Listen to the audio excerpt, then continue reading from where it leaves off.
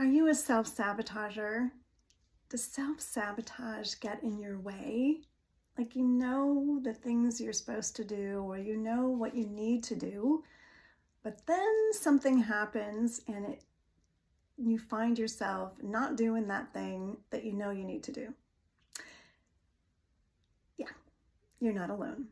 Hello and welcome to Say Yes to You and Why You Don't for women who are great. It's saying yes to others and not always so great. It's saying yes to themselves.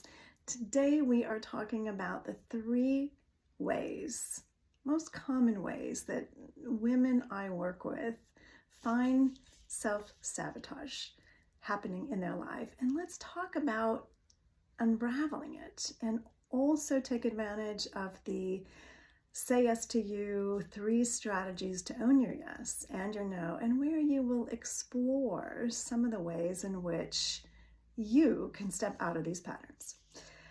So I'm excited to have this conversation with you because I know what self-sabotage is costing you. Have you thought about that? The cost of self-sabotage in your life. Where is it undermining you, your happiness, your joy, your peace, your ability to get what you want? That's the cost of self-sabotage. So let's talk about the 3 most common ways. So one of the ways in which I work with my clients is really helping them to identify self-sabotaging patterns. So there is a major self-sabotage pattern, and then there are 9 accomplice sabotage patterns. And we're going to talk about 3 of the accomplices today. And then we will go deeper onto what's happening here and what are things that you can do to remedy them and make this no longer happening in your life.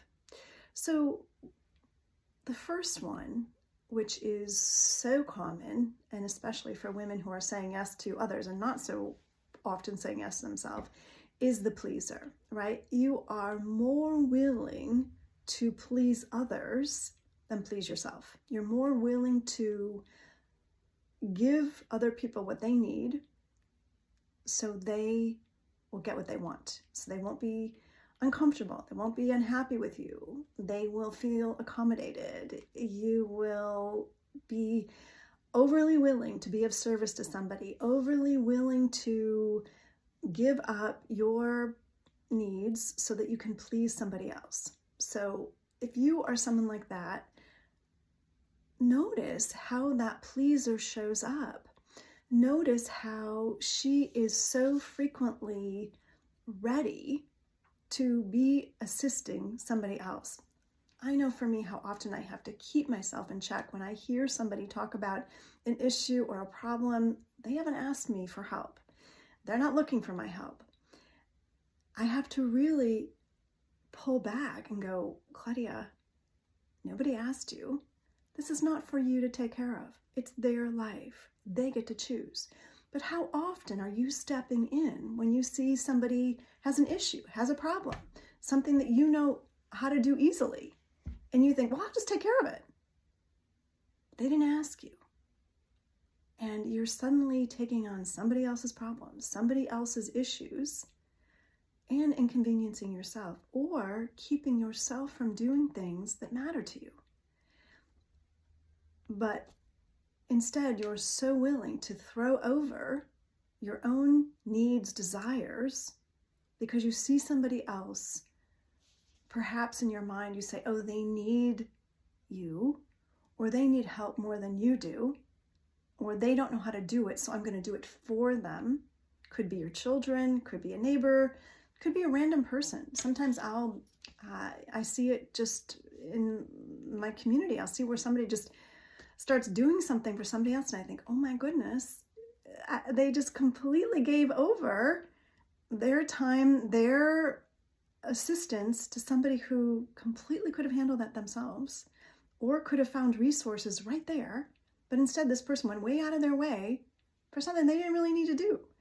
So how often do you find yourself stepping up to be of service because you have this sort of knee-jerk reaction to, oh, I'll fix it? That ever show up for you? I know it's a very common issue that I hear with my clients, that they have to really kind of sit on their hands, close their mouth, pause, so that they're not extending themselves unnecessarily. How do you hit overwhelm? How do you hit exhaustion? By taking on things that are not necessarily yours to do. So ask yourself, how often is this pleaser showing up in your life? And what's she costing you? What is she taking away from your happiness? What is she taking away from your desire, for your interests?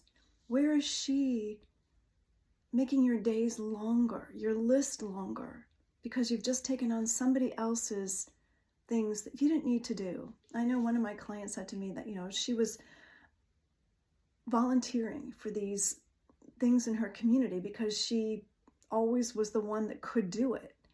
And then she's decided, you know what? I'm not going to do it. I'm just going to decide that I'm not going to do it this year. I'm going to let somebody else do it. I'm just going to take it off my plate. And she said it was such a feeling of relief to just let somebody else run with it. So how often do you find yourself being that go-to person and feeling in your mind, I have to do it because if I don't, nobody else will? And when you're always the person who steps up, you do not allow anyone else to step up. You know that line, when you overfunction, other people underfunction. So where are you overfunctioning? As a result, people around you are underfunctioning. And then notice how often you're irritated, frustrated, resentful, bitter, stewing, maybe can't sleep because you're constantly thinking about the things you should be doing or could be doing, or angry that they didn't do it and you're doing it. There is such a cost to stepping up and saying yes when you don't need to. There's nothing wrong with being of service, but it's so important to check in with yourself on what are you really available to do? What is within you that will not exhaust or stress you as a result of doing it? And where are you not looking at what's around you that are resources that are available for you so you don't have to take on all this? So I would say, notice where your pleaser is robbing you of your happiness. And just start writing it down and get curious about, in the course of your day, where does she show up? Where does that pleaser in you say, oh, and you think to yourself, wait, don't say that. Hold on, pause. Like really check in with yourself. Check what your motives are. Is there a motivation of you want people to like you? You want people to think that you're helpful. You want people to think that you're smart. You want people to think well of you. You don't want people to think that you're selfish. Like, what is motivating you to do these things? Kindness is not the same as pleaser. There's nothing wrong with being generous and giving. The problem is when it is a cost to you of your own happiness, because you can be generous and giving and not have it tax you.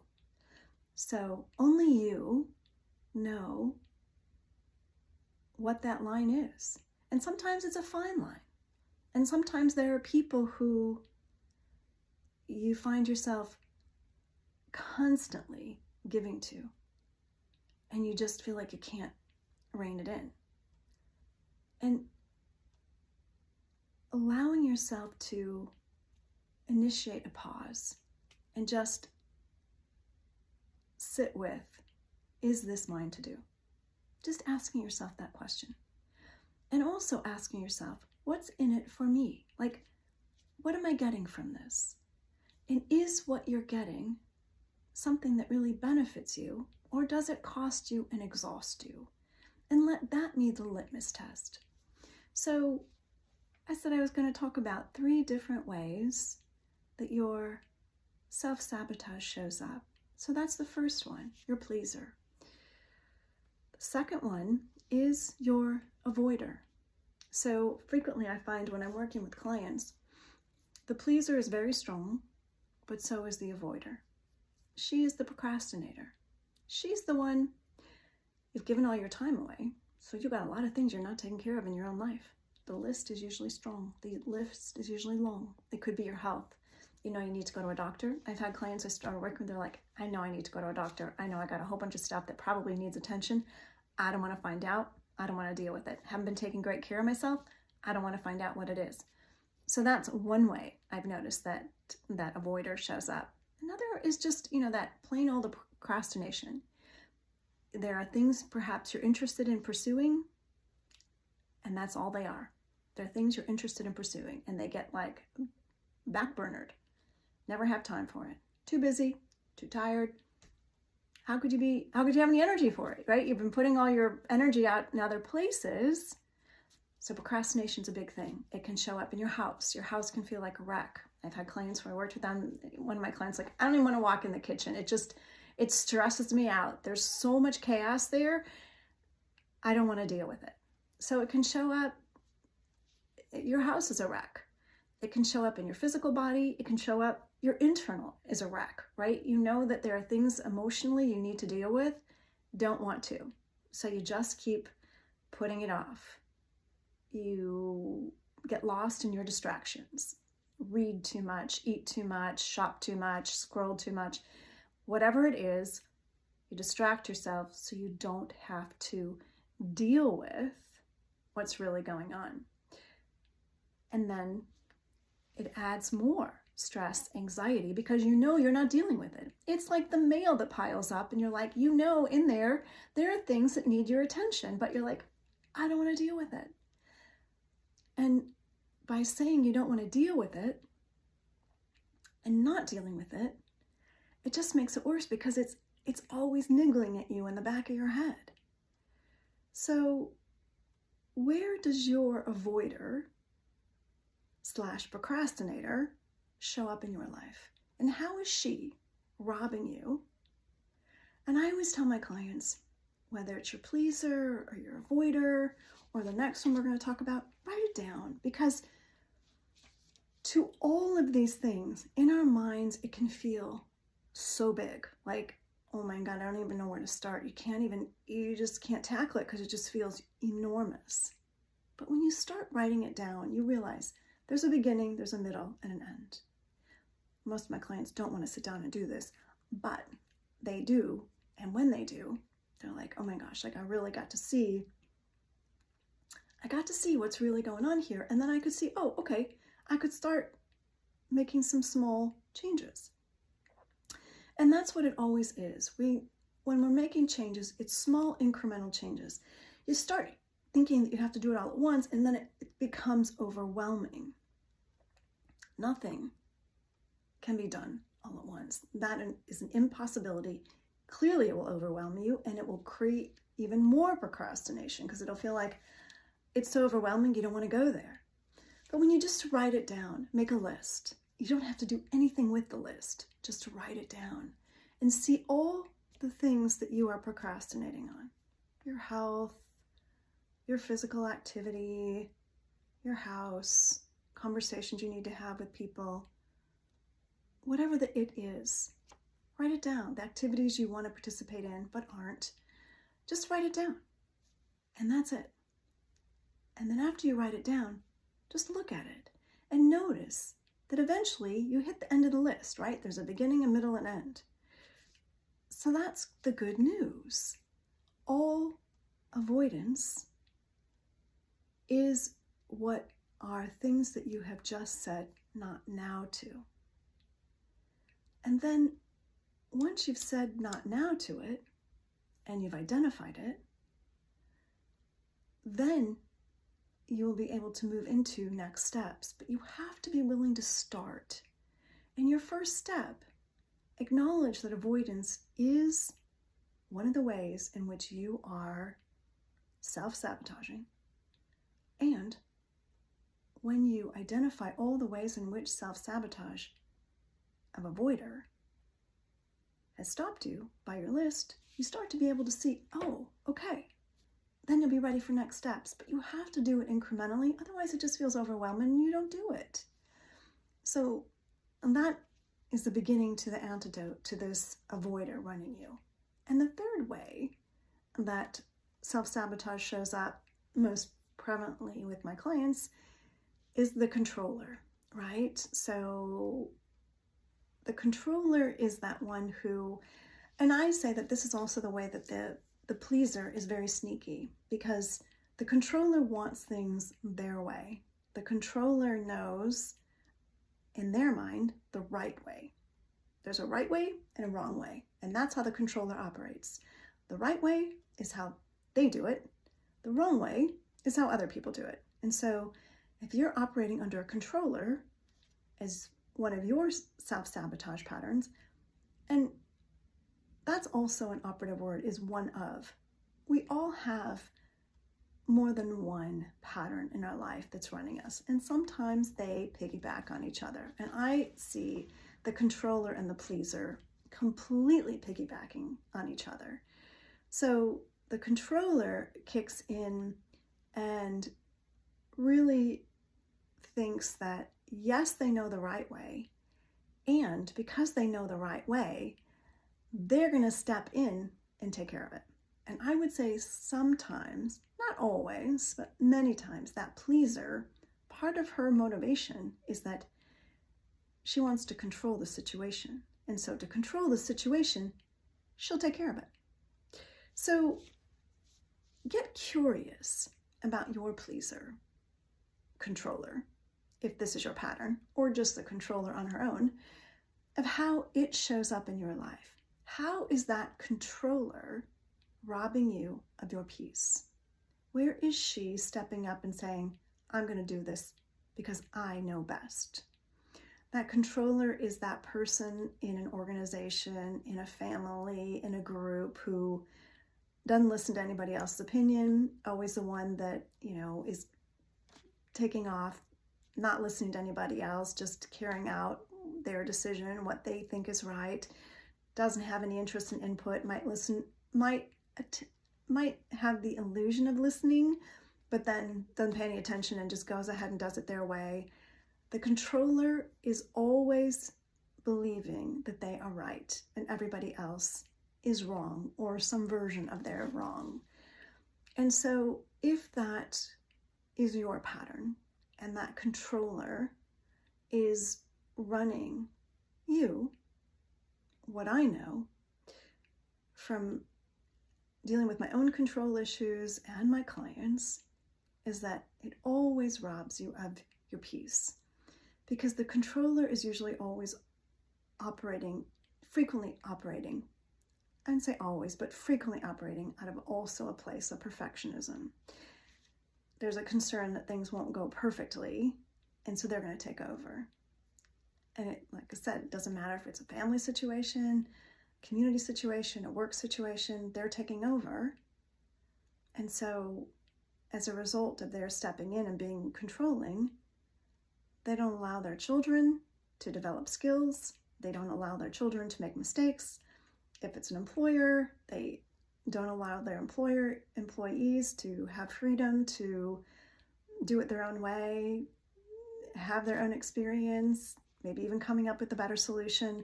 The controller is so present and prevalent that it's like a black cloud.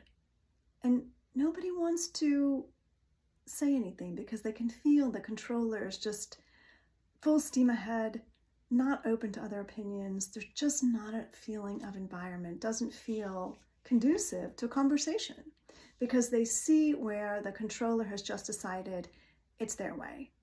And so a controller usually is that kind of closed environment where it feels like it's hard to breathe. You can't wait to get out of it. You can't wait to stop dealing with them.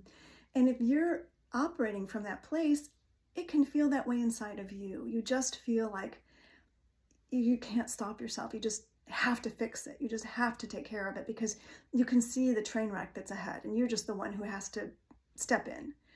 So that controller has that knee-jerk, again, reaction, no different than the pleaser, no different than the procrastinator. That's how these patterns operate. There isn't much of a thought process that goes on. It's just a quick react.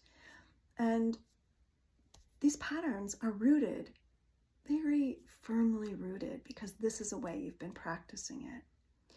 So I want you to really consider from this conversation, where do you land in these three patterns? The pleaser, the avoider, the controller. What's taking your peace away today?